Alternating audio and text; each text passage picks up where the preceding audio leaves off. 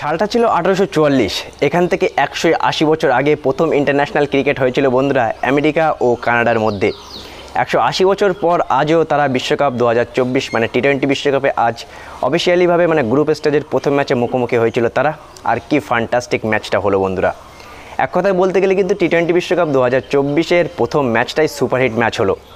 Canada প্রথমে batting করে 194 run করে, যে রানটা বন্ধুরা আমেরিকান টিম মানে ইউএসএর টিম 17 ওভার 4 বলে 194 রান চেস করে দিল বন্ধুরা। মানে এর থেকে ভালো শুরু কি আর হতে পারে? দেখো, আমি বারবারই বলে আসছি যে আইসিসি যে এই উদ্যোগটা নিয়েছে যে 20টা টিম খেলাচ্ছে বিশ্বকাপে, এটা কিন্তু অনেক বড় একটা উদ্যোগ। আর আমেরিকায় যে জিনিস হবে গোটা বিশ্বে ছড়িয়ে যাবে।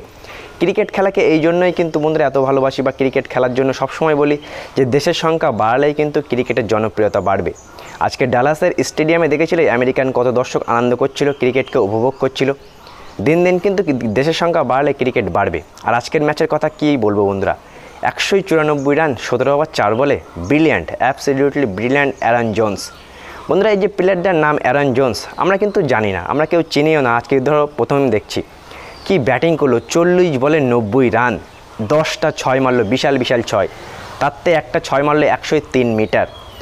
মানে বুঝতে পারছো, মানে এরা এত ভালো প্লেয়ার, এত ভালো ট্যালেন্ট, কিন্তু এরা ট্যালেন্ট দেখাতে পারতো না কারণ আইসিসি এদেরকে সুযোগ দিত না বড় মঞ্চে। আন্দ্রিস গস, ব্রিলিয়ান্ট পারফরমেন্স। অ্যারন জোন্সের সাথে 100-র উপরে রানের একটা পার্টনারশিপ। ম্যাচটা একটা সময় ফেসে গিয়েছিল কানাডা যে হিসেবে রান করেছিল সে হিসেবে মনে হচ্ছিল ম্যাচটা ফেসে গিয়েছে আমেরিকার জন্য। কিন্তু ভাই, কানাডার এত বাজে বোলিং বা আমেরিকার এত ব্রিলিয়ান্ট ব্যাটিং, অ্যারন জোন্স আর আন্দ্রিস গসের ব্রিলিয়ান্ট এক কথায় বলতে গেলে। আর আমি আবারও বলবো বন্ধুরা, এই টি-20 বিশ্বকাপে কোনো টিমকে কিন্তু হালকাভাবে দেখলে হবে না। প্রত্যেকটা টিমের প্রত্যেকটা প্লেয়ার কিন্তু ভালো পারফরমেন্স করবে, কারণ তারা বড় মঞ্চে এসেছে। আর বড় মঞ্চে পারফর্ম করলে গোটা দুনিয়া দেখবে।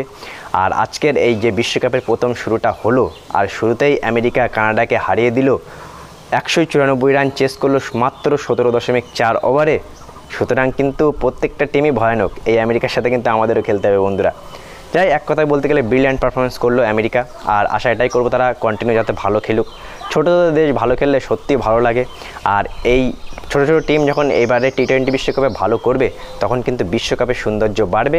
আমেরিকা বা ইউরোপের দেশগুলোতে ক্রিকেটের জনপ্রিয়তা বাড়বে। দর্শকরা কিন্তু খুবই খুশি হচ্ছিল। আমেরিকান দর্শক প্রচুর ছিল আজকে। তারা ক্রিকেটকে দেখে মানে নতুন নতুন খেলা, মানে ক্রিকেট খেলা এমন এমন লোকও আছে বন্ধুরা আমেরিকায় যারা ক্রিকেট খেলাকে কিন্তু জানতো না বা চিনতই না। কিন্তু আজকে যে আমেরিকা পারফরমেন্স করলো, একটু হলেও ক্রিকেটের প্রতি আমেরিকানদের ভালোবাসা আরও জাগবে। আর এমন করেই তারা খেলতে থাকুক। টি-20 বিশ্বকাপের শুরুটা তোমাদের কেমন লাগলো? ম্যাচটা কিন্তু আমার অনেক ভালো লাগলো বন্ধুরা। এই ম্যাচ সম্পর্কে তোমাদের মন্তব্য অবশ্যই করবে কমেন্টের মাধ্যমে।